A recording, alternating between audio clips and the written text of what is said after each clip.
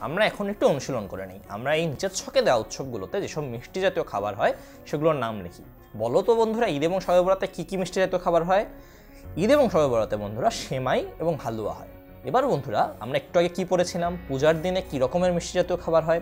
পূজার দিনে বন্ধুরা নাড়ু, মোয়া এবং মুরকি তৈরি করা হয়। এবং সবশেষে বন্ধুরা বড়দিনে কী ধরনের খাবার তৈরি করা হয়? বড়দিনে মিষ্টি জাতীয় খাবার হিসেবে বন্ধুরা অনেক রকমের পিঠা তৈরি করা হয়। এখন বন্ধুরা সবশেষে আমরা নিজেদেরকে একটু যাচাই করে নিই। আমরা বাক্যটি সম্পূর্ণ করার চেষ্টা করি।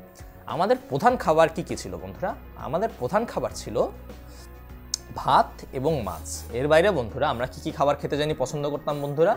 আমরা বিভিন্ন মিষ্টি জাতীয় খাবার খেতে পছন্দ করতাম এবং বন্ধুরা আমরা বৃষ্টির দিনে খিচুড়ি খেতে পছন্দ করি, পায়েস, ফিরনি এগুলো আমাদের অত্যন্ত পছন্দের খাবার। তাই আশা করবো এই অনুশীলনটি তোমরা সকলেই পেরেছো। দেখা হচ্ছে বন্ধুরা পরবর্তী ভিডিওতে।